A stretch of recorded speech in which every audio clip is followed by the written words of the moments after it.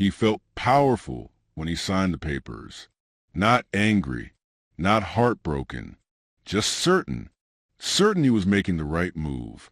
Certain he had outgrown her. He even rehearsed the speech in his head on the drive home.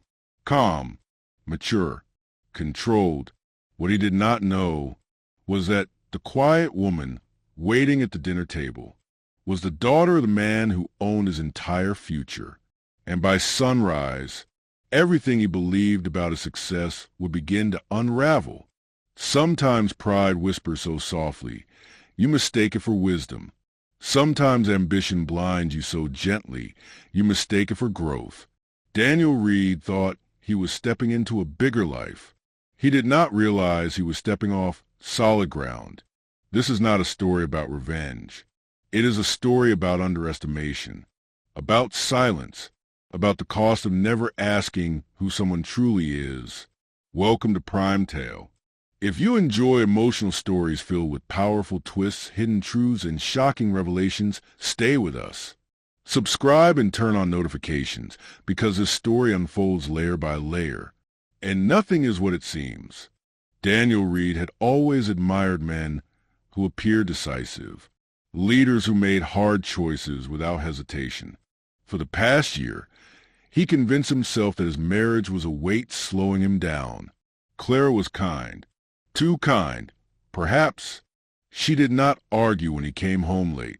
She did not complain when business trips became more frequent. She did not question the distance growing between them. Her silence felt like agreement. And Daniel mistook her quiet loyalty for a lack of depth. At work, things were accelerating. Senior partners were inviting him into meetings previously reserved for executives. He was given access to sensitive proposals, introductions to high-profile clients, strategic mentorship. He told himself he earned it, every bit of it. He worked hard. He stayed late. He delivered results. Yet somewhere deep inside, there was a question he never asked. Why had the climb been so smooth? But ambition rarely pauses for reflection. That evening, he arrived home earlier than usual. The house was calm. The scent of rosemary and roasted vegetables lingered in the air. Clara was setting the table. She smiled when she saw him. That same soft smile she had worn on their wedding day. It no longer moved him. "Dinner smells nice," he said politely. She thanked him. They ate quietly. Halfway through the meal, Daniel cleared his throat. "I've been thinking," he began. Clara placed her fork down gently. He slid the envelope across the table. Her eyes lowered to it. Divorce papers. Prepared. Organized. Final. "I think this is best," he said carefully. "We want different things."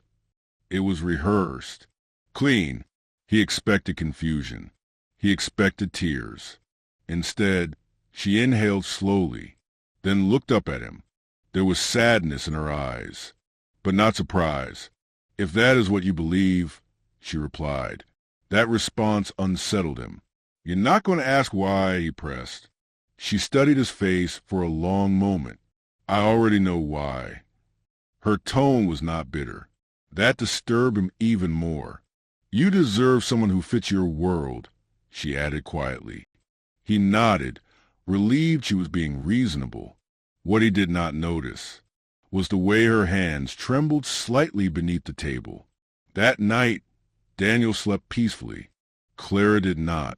She stood by the bedroom window long after he drifted off. Her phone rested in her hand.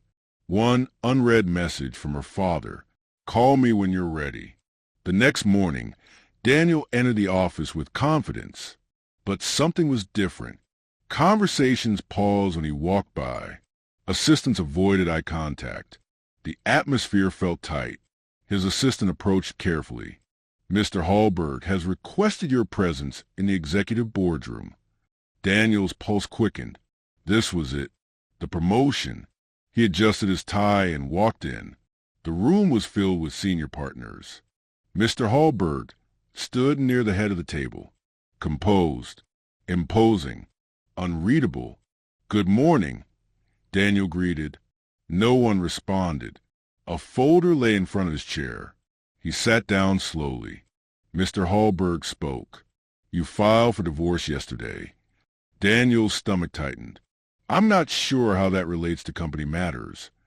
The door opened, and Clara stepped inside. But this was not the Clara from home. She wore a structured charcoal suit. Her posture was straight, her expression calm but distant. Daniel stared. What is this? He asked. Mr. Hallberg's voice was steady. Daniel, meet Clara Hallberg. The name echoed. Hallberg. His mind resisted it. He looked from Clara to Mr. Hallberg. The resemblance was subtle. The same composed eyes. The same measured breathing. My daughter, Mr. Hallberg continued. The words felt unreal. Daniel laughed nervously. This isn't funny. No one smiled. Clara stepped forward. I never hid it, she said gently. You never asked. Fragments began connecting in Daniel's mind. The private dinners he had been invited to, the contract that had been approved unusually fast, the mentorship that seemed personal. Your advancement, Mr. Hallberg said carefully, was observed closely. Daniel's chest tightened. Are you saying I didn't earn it? I am saying, Mr. Hallberg replied, that trust was extended because of family. The room felt smaller. Clara's voice trembled slightly now. I wanted you to succeed on your own. I asked my father not to interfere, but he watched. He believed in you because I did. Daniel felt something crack inside him. You set me up, he whispered. Clara shook her head. No, I loved you. The past tense landed heavily. Silence wrapped around the room. Mr. Hallberg closed a folder. The board must now review potential conflict of interest. Until then, your promotion is suspended. Daniel stood abruptly. This is unfair. Mr. Hallberg's eyes softened, but only slightly. No, Daniel. This is transparency. Security entered quietly, not aggressively, just formally. As Daniel walked out, employees watched in confusion. Whispers followed. His phone vibrated. A message from Clara. I never wanted this outcome. He stopped in the parking lot, breathing hard. His entire identity had been built on merit, on independence, on rising alone. And now he was forced to question everything. Had he truly climbed, or had he been gently lifted? For the first time since filing the papers, he felt small, not because of power, but because of ignorance. And as he sat in his car, staring at the steering wheel, he realized something far more painful than losing a promotion. He had never truly known the woman he married, and now it was too late to ask. Daniel Reed had always admired men who appeared decisive, leaders who made hard choices without hesitation. For the past year, he convinced himself that his marriage was a weight slowing him down. Clara was kind, too kind, perhaps. She did not argue when he came home late. She did not complain when business trips became more frequent. She did not question the distance growing between them. Her silence felt like agreement. And Daniel mistook her quiet loyalty for a lack of depth. At work, things were accelerating. Hallberg and company had taken notice of him. Senior partners were inviting him into meetings previously reserved for executives. He was given access to sensitive proposals, introductions to high-profile clients, strategic mentorship. He told himself he earned it, every bit of it. He worked hard. He stayed late. He delivered results. Yet somewhere deep inside, there was a question he never asked. Why had the climb been so smooth? But ambition rarely pauses for reflection. That evening, he arrived home earlier than usual. The house was calm. The scent of rosemary and roasted vegetables lingered in the air. Clara was setting the table. She smiled when she saw him. That same soft smile she had worn on their wedding day. It no longer moved him. Dinner smells nice. he said politely. She thanked him. They ate quietly. Halfway through the meal, Daniel cleared his throat. "I've been thinking," he began. Clara placed her fork down gently. He slid the envelope across the table. Her eyes lowered to it. Divorce papers. Prepared. Organized. Final. "I think this is best," he said carefully. "We want different things." It was rehearsed. Clean. He expected confusion. He expected tears. Instead, she inhaled slowly, then looked up at him. There was sadness in her eyes, but not surprise. "If that is what you believe," she replied. That response unsettled him. "You're not going to ask why?" he pressed. She studied his face for a long moment. "I already know why." Her tone was not bitter. That disturbed him even more. "You deserve someone who fits your world," she added quietly. He nodded, relieved she was being reasonable. What he did not notice was the way her hands trembled slightly beneath the table. That night, Daniel slept peacefully. Clara did not. She stood by the bedroom window long after he drifted off. Her phone rested in her hand. One unread message from her father. "Call me when you're ready." The next morning, Daniel entered the office with confidence. But something was different. Conversations paused when he walked by. Assistants avoided eye contact. The atmosphere felt tight. His assistant approached carefully. "Mr. Hallberg has requested your presence in the executive boardroom." Daniel's pulse quickened. This was it. The promotion. He adjusted his tie and walked in. The room was filled with senior partners. Mr. Hallberg stood near the head of the table, composed, imposing, unreadable. "Good morning," Daniel greeted. No one responded. A folder lay in front of his chair. He sat down slowly. Mr. Hallberg spoke. "You filed for divorce yesterday." Daniel's stomach tightened. "I'm not sure how that relates to company matters." The door opened, and Clara stepped inside. But this was not the Clara from home. She wore a structured charcoal suit. Her posture was straight, her expression calm but distant. Daniel stared. "What is this?" he asked. Mr. Hallberg's voice was steady. "Daniel, meet Clara Hallberg." The name echoed. Hallberg. His mind resisted it. He looked from Clara to Mr. Hallberg. The resemblance was subtle. The same composed eyes. The same measured breathing. "My daughter," Mr. Hallberg continued. The words felt unreal. Daniel laughed nervously. "This isn't funny." No one smiled. Clara stepped forward. "I never hid it," she said gently. "You never asked." Fragments began connecting in Daniel's mind.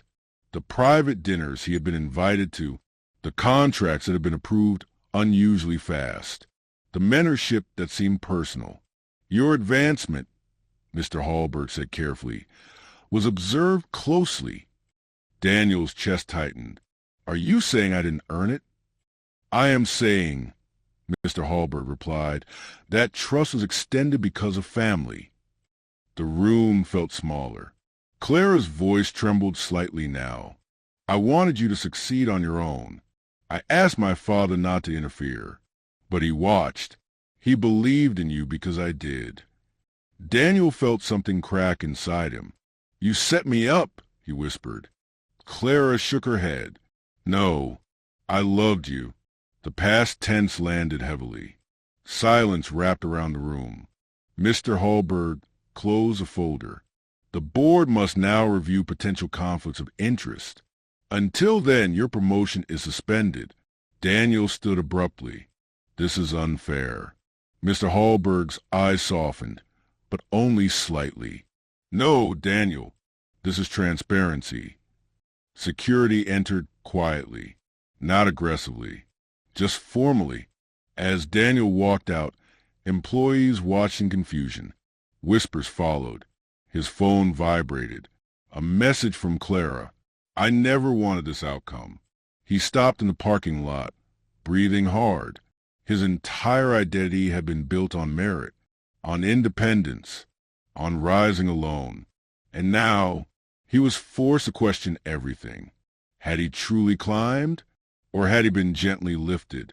For the first time since filing papers, he felt small, not because of power, but because of ignorance. And as he sat in his car, staring at the steering wheel, he realized something far more painful than losing a promotion. He had never truly known the woman he married, and now it was too late to ask. The following Monday did not feel like a return. It felt like exile. Daniel walked into Hallberg and Company with a different posture. Not confident, not defeated, just aware. Conversations didn't stop when he passed anymore. They softened. That was worse. Polite smiles replaced admiration. Professional courtesy replaced momentum. His office was the same. His name was still on the glass door. But something invisible had changed. Reputation does not need to be destroyed to be weakened. It only needs doubt. And doubt now followed him quietly. At 10:42 a.m., an internal memo was circulated. Subject: Executive Process Transparency Audit. The company would be reviewing executive fast-tracking procedures over the past 3 years. 3 years. Exactly the length of Daniel's rapid rise. His pulse slowed in a strange way. Not panic. Clarity. This was not about him directly. This was about the system. But systems often use people as examples. Marcus knocked on his door. "Sir, do you think this is because of everything?" Daniel paused. "I think," he replied carefully, "this is because perception exposed something bigger." For the first time, he meant it. Across the city, Clara sat in her father's office, not as a daughter, as a board consultant. She had quietly held that role for 2 years. Few knew. Daniel never asked what she did with her days beyond volunteer work and consulting projects. She had never corrected the assumption. Now she stared at financial performance charts. Her father stood near the window. "You did not request this audit," he said calmly. "No," Clara replied. "Do you believe it is necessary?" She hesitated. "Yes." Her father studied her. "You still care about him?"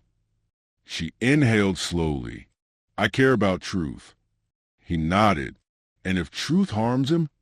Clara's answer was soft. "Then he deserves to grow from it." By Wednesday afternoon, findings began surfacing.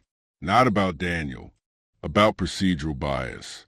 It turned out several executives had been quietly advancing protégés for years. Quiet mentorship pipelines, selective exposure, strategic favoritism. Daniel had not been uniquely favored. He had simply been visible. And visibility made him vulnerable. When Marcus rushed into his office again, his expression was different this time. "You need to see this." He handed Daniel a summary draft. It showed data comparisons, performance metrics, contract acquisition rates. Daniel's numbers were among the highest, objectively earned, not inflated, not manipulated. For the first time in weeks, Daniel felt something unexpected. Not relief, validation, but it came with a cost, because if he had truly earned it, then the resentment from others was not about favoritism. It was about threat. Thursday afternoon, Daniel was summoned again, this time not to the boardroom, but to a smaller executive conference space. Clara was there, along with 2 external auditors. Her presence surprised him, not as his wife. As an analyst, she did not look at him with emotion. She looked at documents. The lead auditor spoke. "Mr. Reed, this audit has revealed something concerning." Daniel's spine stiffened. "Over the past 18 months, 3 major contracts you secured were later delayed due to internal resistance from senior executives." He frowned. "Delayed?" "Yes, strategically." A chart appeared on the screen. Emails, timestamps, approval slowdowns, intentional friction.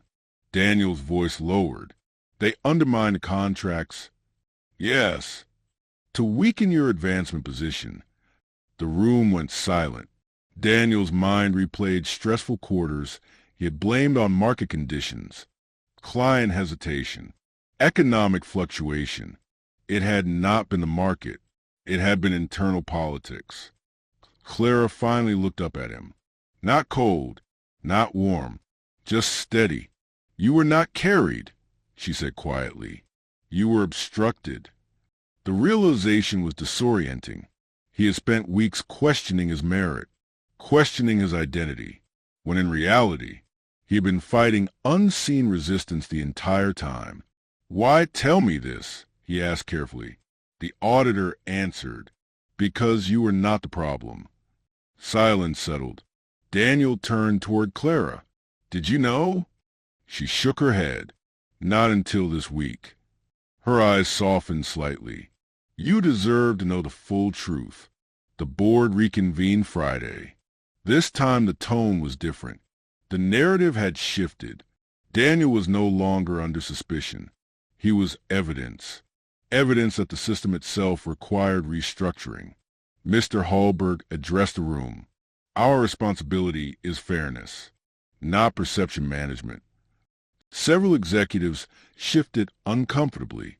A restructuring committee was formed, transparency protocols introduced, and unexpectedly, Daniel was asked to lead one of the oversight task forces. The promotion to VP was not restored, but something more complex occurred. He was no longer seen as favored. He was seen as resilient and dangerous in a different way, competent without protection. Daniel did not go home immediately. Instead, he waited outside Clara's building. When she stepped out, she paused upon seeing him. I didn't know you were leading the audit review, he said. I did want you to, she replied honestly. He nodded. Thank you. For what? For not shielding me from the truth. She studied him carefully. You sound different. I am.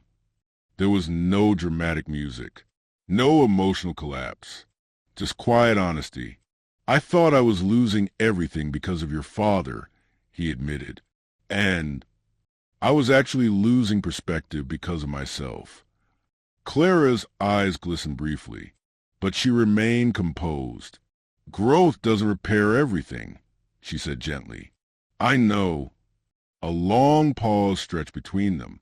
I never thought you were simple, he added. You just never looked deeper, she answered. The statement was not accusatory, just factual, and facts are harder to argue with than anger. As she turned to leave, Daniel spoke again. If I had asked more questions, would this be different? Clara stopped. She did not turn around immediately. When she did, her expression carried something fragile. Maybe, she whispered, and then she walked away. Daniel stood there long after she disappeared. He had regained professional footing, cleared his name, discovered hidden opposition. But the one question that mattered most had nothing to do with the company. It had to do with a marriage he never fully understood, and for the first time, he feared the audit that truly mattered was the one inside himself. 3 days passed without contact. No messages, no legal updates, no emotional closure. Daniel focused on work, now leading the oversight task force. Meetings filled his schedule. Policies were rewritten. Transparency guidelines drafted. On paper, he was rebuilding. Inside, he felt unsettled, because clarity about his career had only made one thing more obvious. He had misjudged the most important person in his life, and now she was slipping further away. Across the city, Clara sat in a quiet medical office. The room smelled faintly of antiseptic and lavender. She stared at the ultrasound screen. Her fingers trembled slightly in her lap. The doctor's voice was gentle. You're about 8 weeks. Clara nodded, but the words felt distant. 8 weeks. 8 weeks meant before the divorce papers, before the boardroom, before everything unraveled. The doctor continued speaking about vitamins and follow-ups, but Clara barely heard it. Her world had shifted in a way she had not prepared for.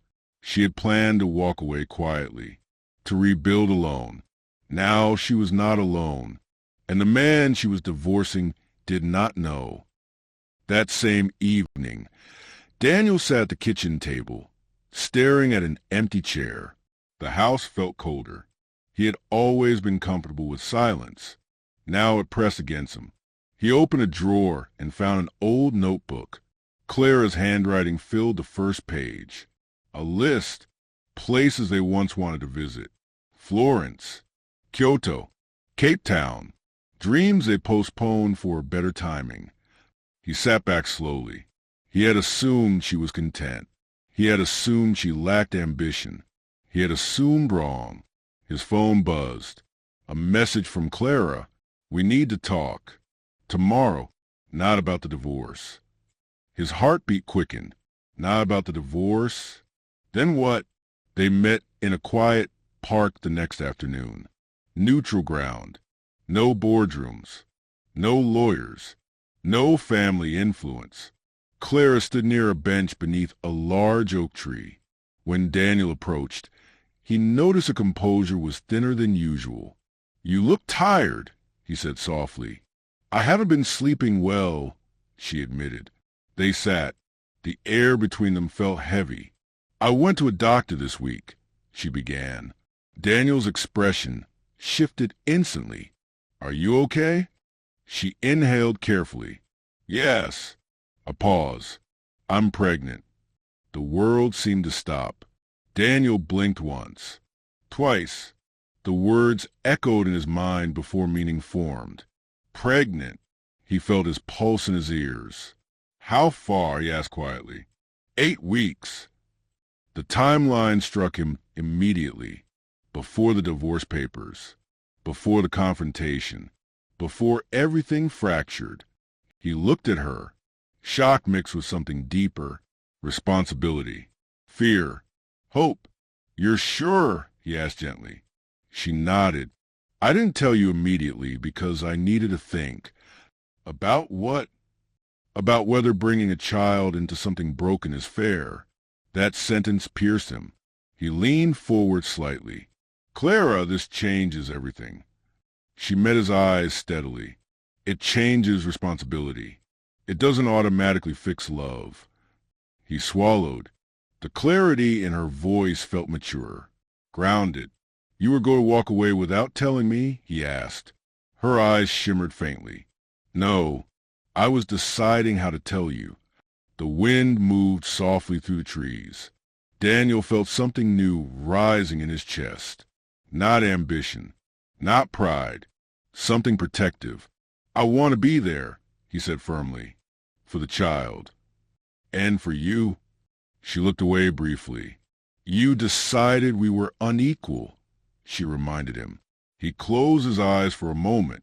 I decided based on arrogance, not truth. Silence lingered. A child's laughter echoed from somewhere across the park. It felt symbolic, fragile, possible. That evening, Clara told her father. Mr. Hallberg listened without interruption. When she finished, he spoke slowly. Does Daniel know? Yes. And he wants to be involved. Her father studied her carefully. And what do you want? Clara hesitated. I don't know. That answer unsettled her more than anything. For the first time in weeks, the situation was not about power, or reputation, or pride. It was about a life forming quietly beneath her heartbeat. Daniel returned home and stood in what would have been a guest room. He tried to picture it differently. Lighter walls, smaller furniture, soft laughter. He felt overwhelmed, but not afraid. He picked up his phone and typed a message to Clara. I was wrong about many things, but I won't be wrong about this. I will show up. He didn't send flowers. He didn't make dramatic promises.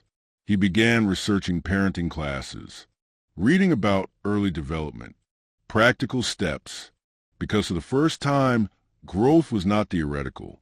It was necessary. 2 days later, Clara received another call from her doctor.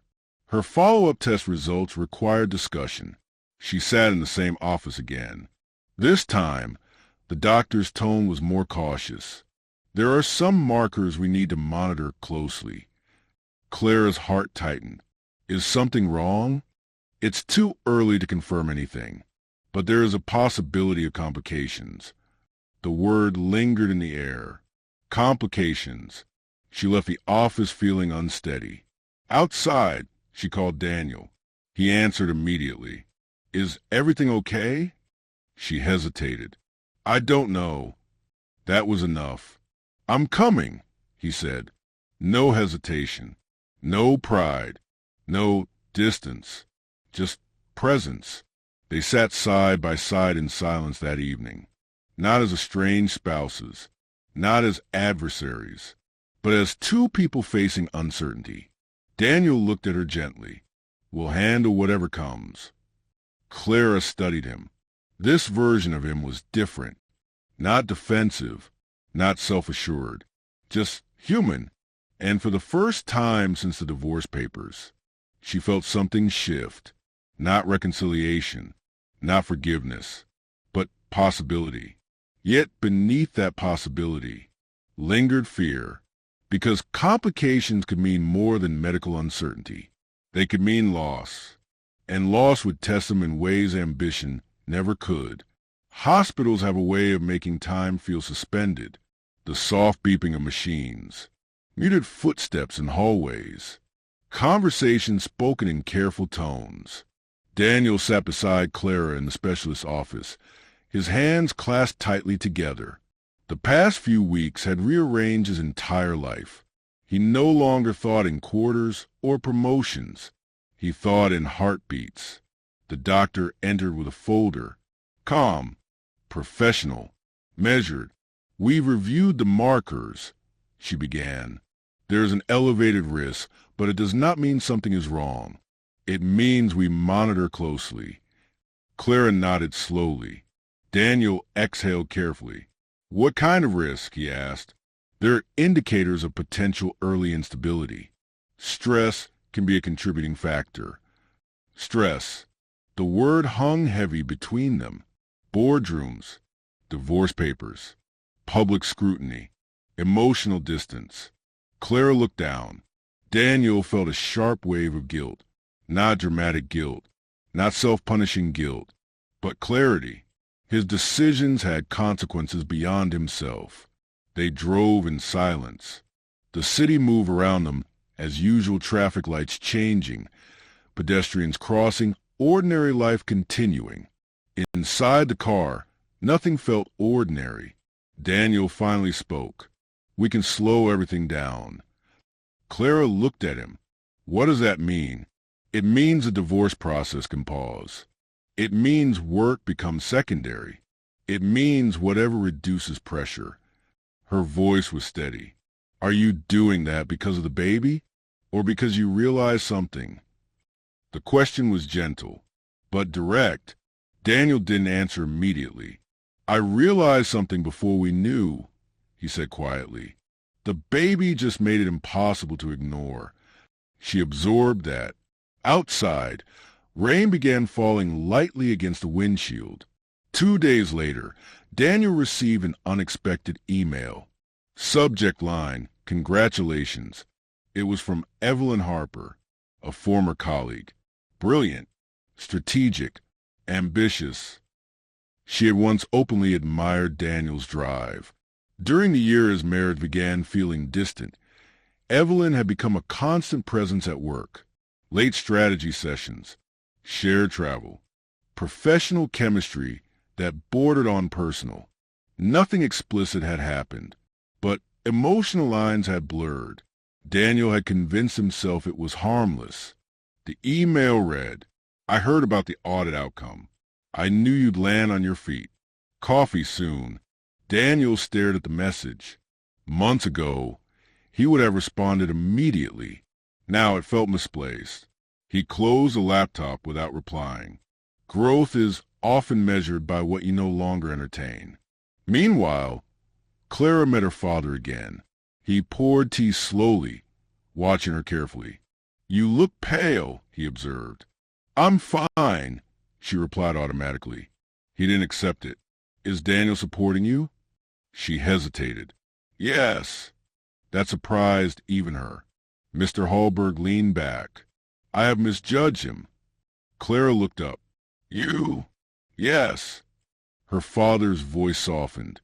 "I believe he was prideful. Perhaps he was. But I also see a man trying to learn." Clara folded her hands. "He filed for divorce without hesitation." "Yes," her father replied calmly. "And you chose silence without explanation." The statement lingered. "Silence can protect," he continued, "but it can also confuse." Clara felt the weight of that truth. She had wanted to be loved without influence, but she had never fully shared herself. Not her family, not her intellect, not her influence in the firm. She had tested him quietly, and he had failed a test he didn't know existed.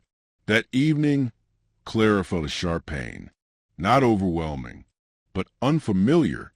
Daniel was in the kitchen when he heard her inhale sharply.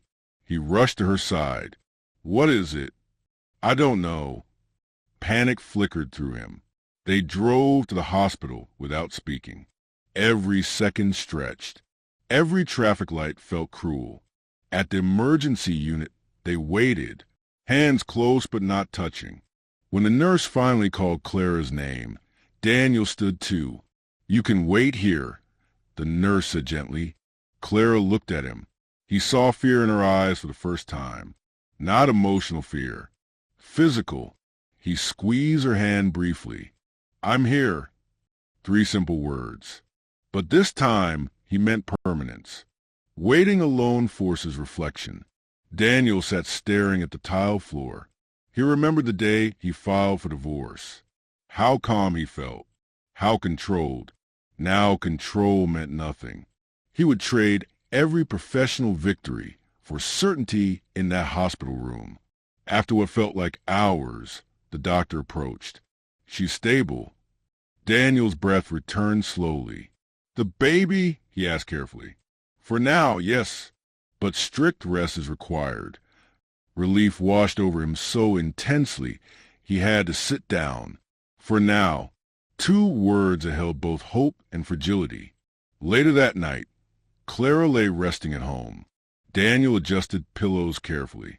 He moved slower, spoke softer. The house felt different.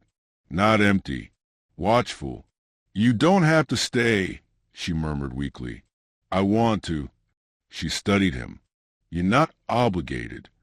He met her gaze. "I'm not here out of obligation." The truth in his voice surprised them both. There was no dramatic declaration of love, no sweeping reconciliation, just presence. Sometimes presence is louder than passion. The next morning, Daniel received a message from HR. Evelyn Harper had formally requested a transfer into his oversight task force. Professional, strategic, unavoidable. He closed his eyes briefly. Life rarely tests growth in comfortable ways. When he informed Clara, he expected tension. Instead, she surprised him. "Do you trust yourself?" she asked calmly. "Yes." "Then I trust you." Her confidence humbled him, because trust offered freely is heavier than suspicion.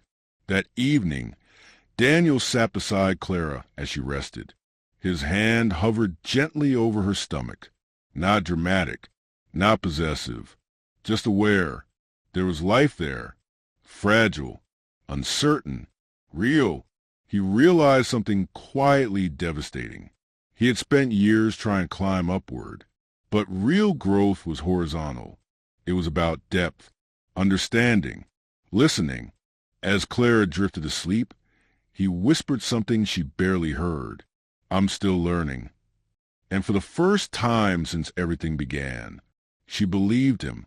Clara adjusted slowly to bed rest. The house felt different now. Not broken, not repaired, suspended. Daniel worked from home whenever possible. Conference calls moved to the dining table. Documents stacked neatly beside prenatal vitamins. Life had narrowed, and somehow that made it clearer. He no longer rushed through conversations. He listened. When Clara spoke, he didn't prepare responses. He absorbed. It was a small change, but powerful. Monday morning, Daniel returned briefly to the office for an oversight task force meeting. Evelyn Harper was already seated. When he entered, she stood politely. "Congratulations again," she said warmly. "Thank you," Daniel replied, measured. There was no lingering glance, no unspoken tension, just professionalism. Evelyn had always been intelligent enough to read rooms, and this room had changed. During the meeting, she presented structural reform recommendations with precision. Clear, sharp, effective. Daniel acknowledged her input fairly. No favoritism, no distance, just leadership. Yet as the meeting ended, Evelyn lingered. "I heard about your personal situation," she said carefully. Daniel's posture stiffened slightly.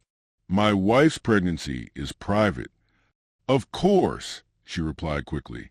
"I only meant, I hope everything goes well." There was sincerity in her tone, but also something unresolved.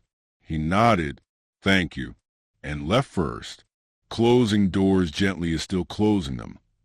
That afternoon, Clara received an unexpected courier envelope. No return name. Inside, printed internal emails. Subject lines dated months ago. She recognized one sender immediately. Evelyn Harper. The emails revealed something unsettling. Discussions among senior executives during Daniel's promotion cycle. But one email stood out. From Evelyn. "I believe Daniel's domestic connections may create long-term instability in leadership perception." Clara read it twice. Domestic connections. That was her. Evelyn had subtly flagged Daniel's marriage as a reputational weakness. Not malicious. Strategic. Calculated. Another email followed weeks later. "If personal entanglements complicate succession, we must act cautiously." Clara's heart tightened. This was before the divorce filing, before the audit, before everything. The resistance to Daniel had not been random. It had been influenced. She sat back slowly. The twist wasn't romantic betrayal. It was corporate positioning. Evelyn had seen Clara not as a wife, but as leverage. Clara faced a choice. Reveal the emails or remain silent. Revealing them would protect Daniel's professional integrity fully, but it would also create tension, reopen wounds, force confrontation, and stress was something she could not afford. She placed a hand gently over her stomach. The doctor's warning echoed. Minimize emotional strain. She closed the folder, but she could not ignore it. That evening, Daniel noticed something different in her expression. "You're thinking too hard," he said softly. She gave a faint smile. "I received something today." He sat beside her. "What?" She handed him the folder. As he read, his face changed gradually. Not anger, recognition. "So it wasn't only the senior executives," he murmured. She shook her head. She positioned it carefully. "Not against you. Against us." Daniel exhaled slowly. "I never crossed a line with her." "I know," Clara replied. And she meant it. He looked at her carefully. "You don't seem surprised." "I'm not." He frowned slightly. "You saw it before I did." Clara met his eyes. "You were ambitious." She was aligned with that. I was quieter. The honesty in her voice held no accusation, just observation. He closed the folder gently. "I failed to protect you." "You didn't know," she replied. "I should have known." Silence filled the room. Then she asked the question that mattered. What will you do? He considered carefully. If I confront her publicly, it becomes politics again. And if you ignore it, then I allow narrative manipulation to continue. Clara nodded slowly. This is why transparency matters. He studied her. You could take this to board yourself. She shook her head. That would look like retaliation from the chairman's daughter. There was again her identity, her influence, her constant balancing act. Daniel reached for her hand. I never understood how much you carried quietly. She gave a small, tired smile. I never explained it. The next day, Daniel requested a private meeting with Evelyn. No hostility, no accusation, just clarity. I've seen the correspondence from last year, he said calmly. Evelyn didn't flinch. I assumed you might. You frame my marriage as instability. She met his gaze steadily. In leadership optics, it was... That's not optics, he replied. That's interference. She folded her hands. I position the company's long-term narrative. And what about now? She paused. You've changed. It wasn't flattery. It was assessment. Daniel nodded slowly. Yes. A long silence passed. I won't escalate this, he said finally. But transparency moving forward is not optional. Evelyn inclined her head slightly. Understood. There was no dramatic fallout, no humiliation, just recalibration. Power shifted quietly. That night, Clara experienced another wave of discomfort, not severe, but enough to trigger fear. Daniel stayed beside her, reading softly from a parenting book to distract her. She watched him. This was not the man who filed papers across a dinner table. This was someone softened by uncertainty. Do you regret it? She asked suddenly. Filing, he clarified. Yes. He closed the book. Every day. The answer came without hesitation. Tears gathered in her eyes, not dramatic, just overwhelmed. I needed you to see me, she whispered. He leaned closer. I do now. It wasn't a grand declaration, but it was real. The next morning, the Oversight Committee released preliminary findings. One recommendation stood out: to restore trust. The company would publicly disclose ownership structure connections affecting executive candidates, which meant Clara's identity will become widely known. No more privacy, no more quiet presence. The chairman's daughter, publicly acknowledged. Her phone began vibrating almost immediately. Messages, media inquiries, industry whispers. Daniel looked at her carefully. Are you ready for this? She took a slow breath. No. Then she surprised herself. But maybe I don't want to hide anymore. For years she had stepped back to be loved without influence. Now influence was unavoidable, and hiding had not protected her marriage. Perhaps truth would. She looked at Daniel. Can you stand beside me publicly? He didn't hesitate this time. Yes. Not as a rising executive, not as a man defending pride, but as a partner willing to be seen equally. And for the first time since the divorce papers, they stood on the same side of something. Not fully healed, not fully certain, but aligned. The announcement went live at 9 a.m. Clear, formal, transparent. Hallberg and Company confirms Clara Hallberg as daughter of Chairman William Hallberg. Ownership structure disclosed to ensure corporate transparency moving forward. Within minutes, industry blogs picked it up. By noon, business news outlets had reposted it. By afternoon, social media had opinions. Daniel stood in his office, watching the numbers climb on the internal communications dashboard. Mentions, shares, speculation, not outrage, curiosity. But curiosity is rarely gentle. He checked his phone. 7 missed calls.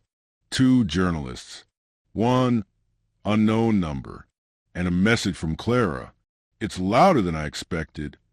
He responded immediately. I'm coming home. Clara had spent years mastering invisibility. She knew how to attend events without being photographed, how to sit at executive dinners without drawing attention, how to use her mind without using her name. Now her name was everywhere. The doorbell rang twice before she realized it wasn't a hallucination. Reporters had located the house. Not aggressive, just persistent. Cameras angled politely. Microphones held with rehearsed professionalism. Daniel arrived to find security already redirecting them. He stepped inside. Clara stood in the living room, arms folded lightly over her stomach. Not defensive, protective. You shouldn't be standing, he said softly. She gave a small, tired smile. I'm fine. But she wasn't. This was not the quiet influence she preferred. This was exposure. Daniel approached slowly. Do you want me to make a statement? She considered it. No. If you speak first, it looks reactive. He nodded. You're thinking strategically. She met his eyes. I've always thought strategically. There was no bitterness in her voice, just fact. And he felt it again, that steady realization that he had underestimated her depth for years. By evening, a major financial network requested an exclusive interview, not with William Hallberg. With Clara, the reasoning was subtle. The market wanted to understand the next generation. Her father called shortly after. You are not obligated, he said calmly. I know, she replied, but you think I should. He paused. I think hiding no longer serves you. She closed her eyes briefly. For years she had chosen invisibility to test love without influence. Now visibility was unavoidable. She looked at Daniel. If I do this, it changes everything. He understood. Her privacy, their marriage, the pregnancy, all of it. I'll be in the front row, he said quietly. No hesitation this time. That night, Clara couldn't sleep. Not from fear. From reflection. She remembered their early marriage. Small apartment. Late-night conversations. Daniel's ambition burning bright. She had admired his drive. But somewhere along the way, he began equating softness with limitation. And she allowed him to, not because she lacked strength, but because she wanted to see who he would be without knowing her full power. She whispered into the darkness. I should have told you. Daniel, half awake, responded, I should have asked. The honesty felt raw. But healing rarely begins with perfection. It begins with admission. The studio lights were bright, professional, calculated. Clara wore a simple navy dress, elegant but not intimidating.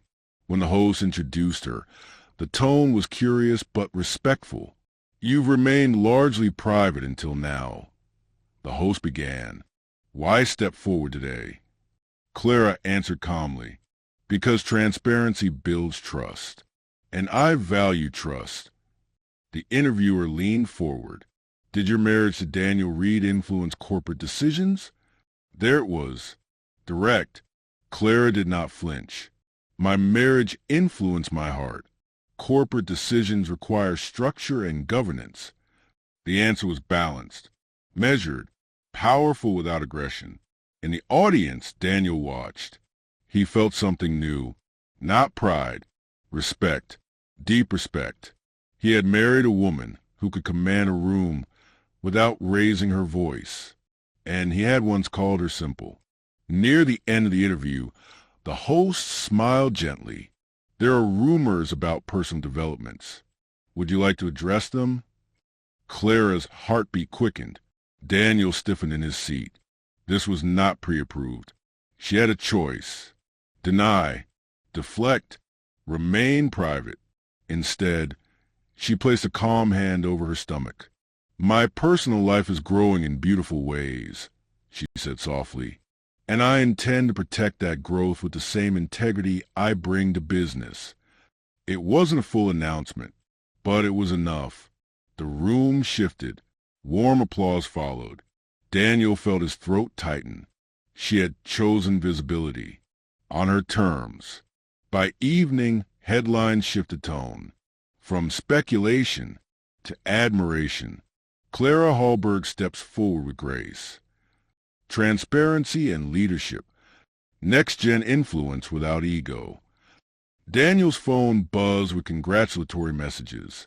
But none mattered as much as the quiet moment later that night. They sat on the couch together. No cameras. No boardrooms. No whispers. "You were incredible," he said softly. She looked at him carefully. "You're not threatened?" He shook his head. "I'm relieved." Relieved? That the world sees what I almost missed.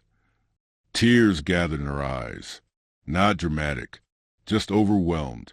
For the first time since everything began, he was not trying to rise above her. He was standing beside her. 2 days later, the board proposed something unexpected. Clara would officially join the company's Strategic Advisory Council, publicly, which meant constant proximity to Daniel, constant scrutiny, and potential accusations of favoritism all over again. Daniel read the proposal twice. "This could restart everything," he said quietly. Clara nodded. "Or it could normalize it." He looked at her carefully. "Are you strong enough for this right now?" She smiled faintly. "Are you?" The question lingered between them, because strength now wasn't about ambition. It was about unity under pressure. That night, Daniel placed his hand gently over her stomach again.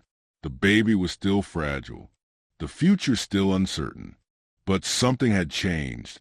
They were no longer operating in secrecy, no longer hiding influence, no longer testing each other in silence.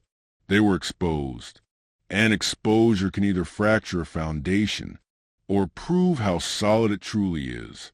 Clara rested her head on his shoulder. "For years I want to know if you love me without power." He swallowed. "And now," she closed her eyes softly, "now I want to know if we can build with it." The camera flashes outside had faded. The world was still watching. But inside the house, they were finally seeing each other clearly. Public life was loud, but private fear was louder. 3 weeks after the interview, Clara's visibility had stabilized. The headlines softened. The commentary shifted from scandal to strategy. The advisory council announcement was scheduled for the following quarter. On the surface, things were settling. But inside their home, tension moved quietly beneath routine. Clara followed strict medical guidance. Limited movement, reduced stress, scheduled monitoring twice a week. Daniel rearranged his work schedule entirely. Meetings moved to video. Travel canceled. Late nights eliminated. He did not announce the change publicly. He simply did it. Every morning he made breakfast, even if she barely ate. Every evening he read medical updates and asked careful questions, not hovering. Present. Growth. He was learning, was not loud. It was consistent. Yet something remained unspoken between them. They had paused the divorce, but they had not reversed it. The paperwork still existed, filed, waiting, suspended. It sat like a quiet reminder that love alone had not been enough once before. One evening, Clara watched him from across the room as he answered a work call. His voice was calm, decisive, steady. She remembered why she had fallen in love with him, not for his ambition, but for his discipline, his ability to move forward when others hesitated. But discipline without empathy had once created distance. Now he was learning empathy, and she was learning visibility. Still, uncertainty lingered. Was this transformation permanent or temporary because of crisis? Crisis changes behavior. Character sustains it. She needed to know which this was. At her next appointment, the doctor's expression was more serious. "We are seeing fluctuations," she said carefully. Clara's fingers tightened slightly on the chair. "What kind of fluctuations?" "Blood pressure, hormonal stability, nothing catastrophic, but enough that we must be vigilant." Daniel leaned forward. "What does vigilant mean?" "Prepared." The word landed heavily. Prepared. Not hopeful, not relaxed. Prepared. Clara nodded calmly, but when they reached the car, her composure cracked slightly. "What if my body can't carry this?" she whispered. Daniel turned fully toward her. "Don't say that." "But what if?" He had no strategic answer, no solution, only honesty. "Then we grieve together." The word grieve echoed between them. It was the first time they had said it aloud, and saying it made the possibility real. 3 nights later, it happened, a sharp pain, stronger than before. Sudden. Clara inhaled sharply from the bedroom. Daniel was there in seconds. Her face was pale, tension visible. They did not waste time. The drive to the hospital felt endless again, but this time the fear was heavier, because hope had grown deeper. Hours passed. Tests, monitoring, whispers between nurses. Daniel sat alone when Clara was taken for further imaging. He stared at his reflection in the darkened window. He remembered the night he filed for divorce. How controlled he felt. How confident. He almost laughed at the memory. He had believed control meant strength. Now he understood something else. Strength was sitting in a hospital hallway, unable to fix anything, and staying anyway. His phone buzzed. A message from Evelyn. "I heard Clara was admitted. Do you need anything?" He stared at it briefly, then typed back. "No. Thank you." Short, closed, clear. There were no blurred lines left, not because of temptation, but because priorities had reordered completely. When the doctor finally approached, Daniel stood so quickly his chair scraped loudly across the floor. "She is stable," the doctor began. Daniel exhaled slightly. "But there has been minor internal bleeding." His breath caught. "What does that mean?" "It means we monitor closely. Bed rest becomes strict. Stress must be nearly eliminated." "Is the baby?" "For now, yes. But the next 48 hours are critical." Critical. Time fractured again. Daniel was allowed into the room. Clara looked exhausted, but conscious. Their eyes met. No dramatic dialogue, just understanding. He sat beside her and took her hand gently. "I'm here," he repeated. She squeezed faintly. "I'm scared." It was the first time she admitted it. He leaned closer. "So am I." Honesty is intimacy. Through the night, Daniel did not leave. Not for coffee. Not for fresh air. He stayed. He watched monitors. He counted seconds between her breaths. He whispered small stories about their early days. The tiny apartment, the broken heater in winter, the way she laughed when he burned pasta trying to impress her. She smiled weakly at the memory. "You were terrible at cooking," she murmured. "I'm still learning," he replied. She closed her eyes again, but her hand did not release his. The turning point. By morning, the bleeding had stabilized, not resolved. Stabilized. The doctor remained cautious. "You both need to understand," she said gently. "This pregnancy will require calm environments and emotional security." Emotional security. Daniel absorbed that phrase deeply. Security was not financial, not corporate. It was relational. After the doctor left, Clara looked at him quietly. "We can't live suspended," she said softly. He knew what she meant. The divorce papers. The unspoken tension. The waiting. She continued. "If we lose this baby while still half in and half out, I don't think I'll recover from that. The vulnerability in her voice shook him more than any medical warning. He reached into his bag, pulled out the folder, the divorce documents. He had carried them for days. Unsure, uncertain. Now, he placed them gently on the hospital tray table. Without speaking, he tore them slowly, not dramatically, not angrily, carefully, page by page. Clara watched in silence. Tears slid quietly down her temples, not because paper fixes marriage, but because intention matters. "I'm not here because of crisis," he said softly. "I'm here because I finally understand what partnership means." She studied him, not searching for performance, searching for sincerity. And for the first time, she did not see ambition. She saw humility. That evening, when Clara was discharged under strict conditions, they returned home differently. No announcement, no grand declaration, just alignment. Daniel moved his office entirely into the living room, so he would never be far. He declined a major industry conference without hesitation. He did not explain publicly. He prioritized privately. Clara watched all of it, and something inside her softened fully. Trust does not return in a single moment, but it begins in consistent action. Late that night, she placed his hand gently over her stomach again. "There's still a heartbeat," she whispered. He closed his eyes. Relief washed over him slowly.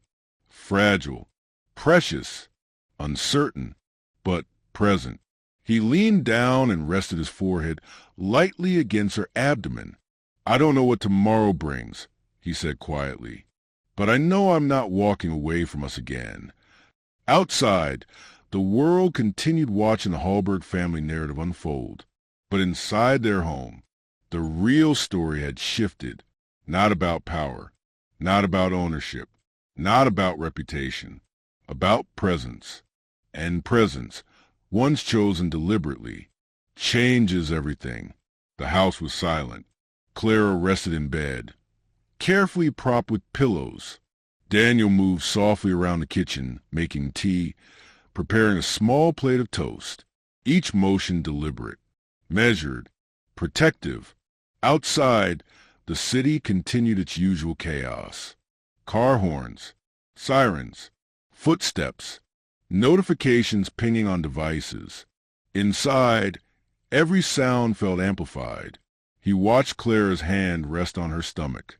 Even in calm, the weight of responsibility pressed down. The baby, her, himself, all of it tangled together. It was no longer about career, or image, or influence. It was about life. And yet life, he realized, was never simple. Later that morning, Clara received a call from her father, William Hallberg. "Clara," he said, his voice steady but unmistakably serious, "I want to discuss the council appointment and Daniel's role in it." Clara exchanged a glance with Daniel. He stood quietly, arms folded, sensing tension even before it was spoken. "I thought we agreed no decisions would be made without your consideration," she replied. Calm, protective. "I know, but this is urgent. There are external pressures," William continued. "Investors are concerned about conflict of interest. They want clarity, public statements, and they want Daniel formally acknowledged or formally removed from sensitive oversight tasks." Clara's chest tightened. Daniel's jaw clenched ever so slightly. "I see," she said softly. "It's not a request. It's a choice," William continued. "You and Daniel must decide, and quickly. A choice that could fracture what they had slowly rebuilt." That afternoon, Clara and Daniel sat in silence in the living room. "I didn't anticipate this," Daniel admitted quietly, brushing a lock of hair from his forehead. "I didn't either," Clara replied. "I thought stepping forward publicly would stabilize everything. But my father's position, it complicates it." Daniel took her hand gently. We knew exposure would bring scrutiny. But this is more than scrutiny. It's a crossroads. She nodded, her gaze fixed on the floor. If we choose the wrong path, it could undo months of trust. Daniel squeezed her hand. Then we choose the path where we don't lose each other. She looked up at him, eyes glistening. Is that even possible? He swallowed. It has to be, or the cost is too high. The next morning, they met William Hallberg in his office. He did not raise his voice, did not scold. His tone was measured, but the power in it was undeniable. You two have 24 hours to decide, he said. Daniel, your presence in oversight tasks is a point of contention. Either you step back temporarily, or you stay with full transparency and assume public scrutiny. Investors will be watching closely. The board will hold you accountable for any perceived favoritism. Daniel remained silent. He let Clara speak first. Father, she began, voice steady. I trust Daniel. He has proven himself. But we need to consider what's safest for the company and for the family. Her father leaned back. Which is? She glanced at Daniel. He nodded slightly. Encouragement. Support. She faced him again. We choose full transparency. Daniel remains in the oversight role, and we will address any concerns directly. No hiding. No shielding. William's eyes narrowed slightly, considering her words. Then, slowly, he nodded. Very well. But know this, he said. This path will be watched. Any misstep could have consequences not just professionally, but personally. Daniel exhaled quietly. Understood. That evening, Daniel and Clara sat together, reviewing emails and press inquiries. Everything is calm for now, Daniel said softly, scanning the glowing screen. But this is the calm before a storm. Clara rested against him. I've always prepared for storms, she whispered. I just didn't know if I wanted to weather them with anyone else. Daniel tightened his arm around her. I don't plan to let go. Not this time. Not ever. They fell silent, each absorbing the weight of their choice. Full transparency, public exposure, professional scrutiny, and yet unity. It was frightening, terrifying, and yet it was the first moment in months where fear did not feel isolating. 2 hours later, a private alert appeared on Daniel's phone. Confidential investor communication. The email detailed a sudden legal review. Some investors were questioning previous internal decisions tied to rapid executive promotions. Daniel's heart sank. Reading further, it became clear. While the audit cleared him, the visibility of Clara's role created a new avenue for scrutiny. The questions were subtle but persistent. Did familial ties influence prior contracts? Daniel closed his eyes. The world shifted again. He realized stepping into transparency was not an endpoint. It was a battleground. But as he looked at Clara, her hand resting gently on her stomach, he knew this. He would face it with her. Fearful, uncertain, but together. And that, more than anything, was the only choice that mattered. The morning began quietly. Too quietly. Clara lay in bed, tracing patterns on the blanket absent-mindedly.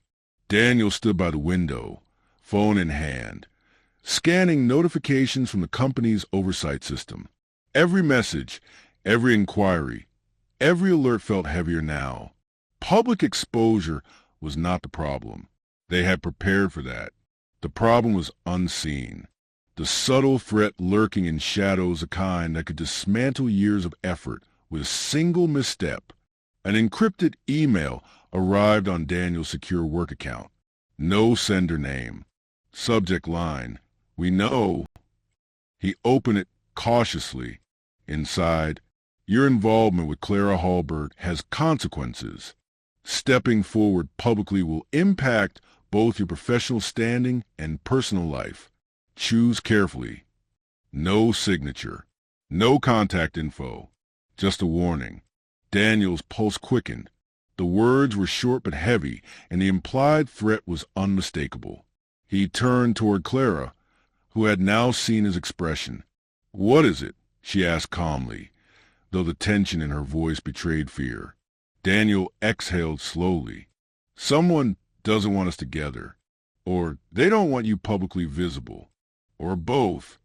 Her face hardened. "Then we stay visible. Transparency protects us more than hiding ever did." He nodded. "I agree. But hiding is one thing. Threats are another." Daniel immediately began tracing the source of the message.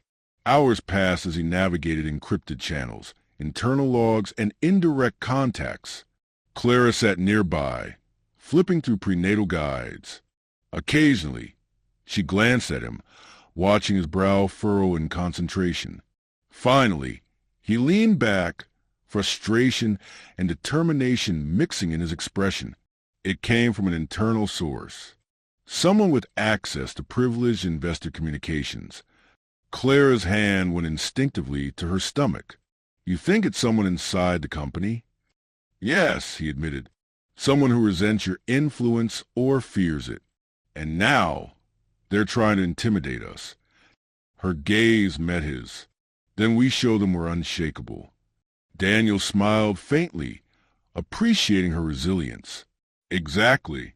But first we identify them." That evening, they worked side by side at the dining table, documents spread across the surface. Daniel highlighted patterns in email metadata. Clara cross-referenced meetings and internal movements. "See here," he pointed. 3 communications lines converge on the same server. All traces back to the executive assistant of the VP who opposed the prior audit findings. Clara frowned.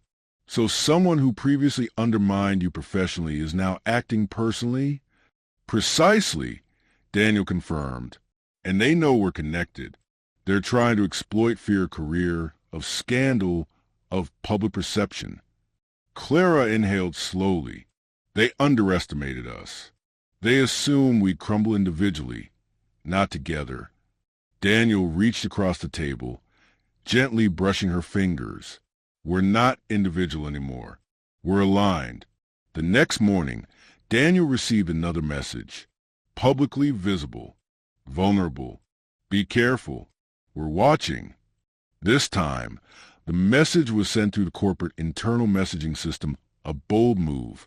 Daniel's face darkened. "They're testing limits now." Clara's expression remained calm, but her eyes betrayed tension. "They can try, but they won't succeed. Not while we operate with integrity." Daniel nodded slowly. "Integrity protects the truth. Truth exposes them." They agreed. No reaction outside internal measures. No emotional responses. They would respond strategically, calmly, together. 3 days later, Daniel traced the source fully. It was the VP who had previously resisted promotions and contract approvals. The very person whose interference had delayed key deals during his rapid rise. Daniel sat with Clara at the living room table, printing screenshots and message logs. "They've crossed the line," Daniel said, voice steady. "Professional resistance is one thing. Threatening our personal lives? That's another. This ends now." Clara's lips pressed together. "So we confront them?" Daniel shook his head. "No. First, we gather evidence. We document everything. Then we give the board a full report. Transparency protects us. Evidence makes retaliation impossible." Her hand rested on his. "And the baby?" Daniel nodded, gravely. "Protection comes first. Family, then company. Nothing else matters until they're safe." By evening, Daniel scheduled a discreet meeting with the VP. The tension in the office was palpable. "Mr. Reed," the VP began, voice carefully neutral. "I hear you've been investigating communications."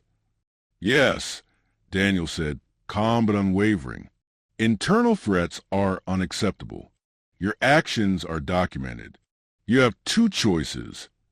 cooperate fully with the Oversight Committee, or face formal investigation and possible termination. The VP's expression hardened slightly, then softened with calculation. I see. You're taking a very serious approach. Daniel leaned forward. I'm protecting what matters. Nothing personal. Everything professional. But there will be consequences if this continues. The VP nodded slowly. Understood. As Daniel left the room, he felt the weight of victory but knew the battle was only beginning. That night, back at home, Clara and Daniel sat in silence. I can't believe this is happening again, she murmured, hand on her stomach. It's always going to happen, Daniel replied. People fear power. People fear exposure. But we handle it differently now. Together. She leaned against him. You've changed. I can see it in how you act. Calm, strategic, but also human. Daniel pressed a kiss to her temple. I've finally learned what it means to be accountable. Not just professionally, personally, for you, for the baby, for us. Tears gathered in her eyes, but not fear. Relief, gratitude, hope. I believe you, she whispered. At 2 a.m., Daniel's phone buzzed again. A new message. You may think you're safe, but we know someone else is vulnerable. Be careful. Not everyone sees what you do. Daniel read it slowly, heart pounding. He looked at Clara, who was asleep, and placed a protective arm over her shoulders. This is bigger than us, he murmured. But we're ready, she whispered in her sleep. And he realized readiness isn't just preparation. It's commitment, not just to survive, but to protect life, truth, and love. The night was unusually quiet. Daniel sat in the living room, reviewing every message, every log, every potential threat. He had traced, documented, and prepared. He had anticipated retaliation. He had prepared contingencies. But preparation cannot account for fear of the personal, intimate fear of what is most precious. Clara slept upstairs, breathing slowly, fragile but steady. The pregnancy was stable for now. Every minute away from her felt like a lifetime. Every alert, every notification, every shadow in the office or home ignited tension in him that no corporate problem had ever provoked. He had faced competitors, investors, audits, and the press. None of that had ever demanded the same type of courage that sitting vigil with her now required. Because this was about life. Theirs together, and the one growing quietly inside her. At 2:30 a.m., the quiet shattered. A faint sound almost imperceptible, but enough to alert Daniel's trained instincts.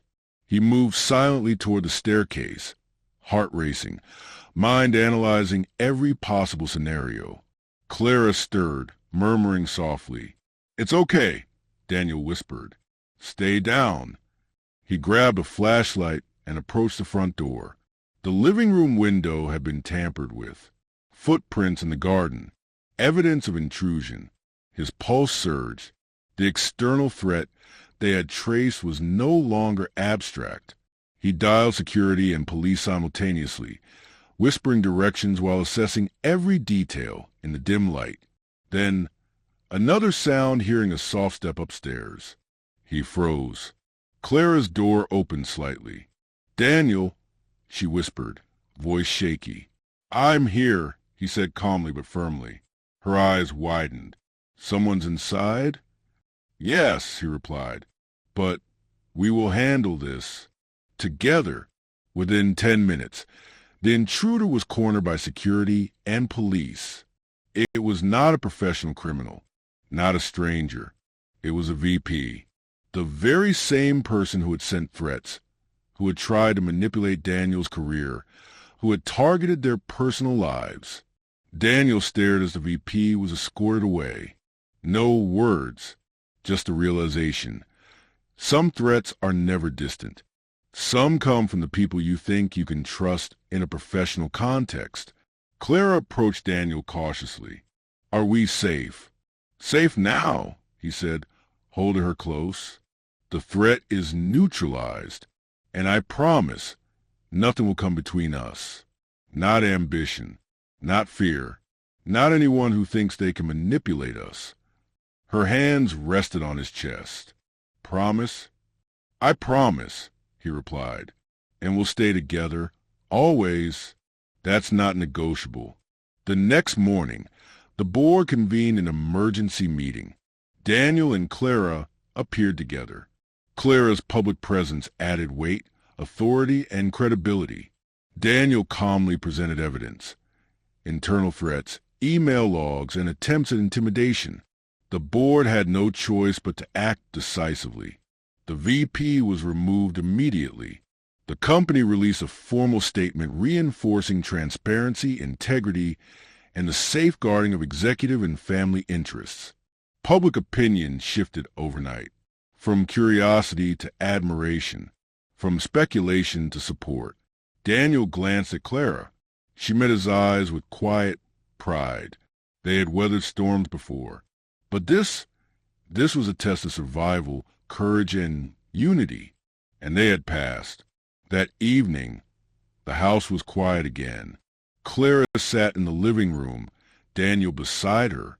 No phones, no emails, no alerts, just the gentle hum of the city beyond the windows. I can't believe we're finally here, Clara said softly. After everything, all the fear, all the threats, we survived. Daniel nodded, brushing her hair from her face.